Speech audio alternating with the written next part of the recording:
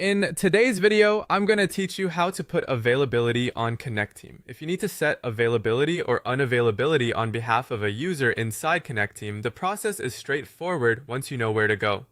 In this walkthrough, we'll be using the Job Scheduler area, which is where these scheduling preferences are managed. To begin, open the Connecteam Launchpad. Once you're on the main dashboard, look over to the left-hand sidebar and find Job Scheduler. This is the section you'll use to update a person's schedule preferences, including times they are unavailable or the hours they prefer to work. Go ahead and click into Job Scheduler to continue. After the scheduler opens, move your attention to the top right corner of the screen and click the Add button.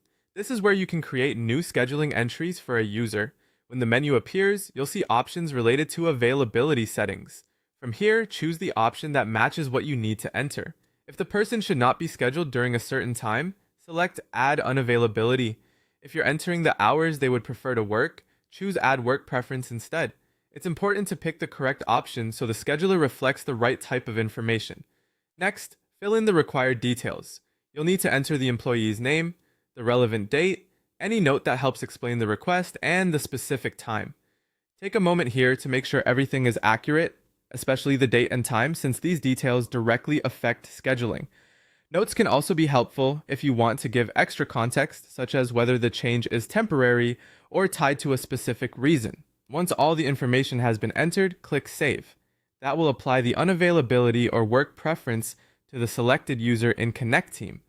That's all it takes to put availability or unavailability into Connecteam on someone's behalf.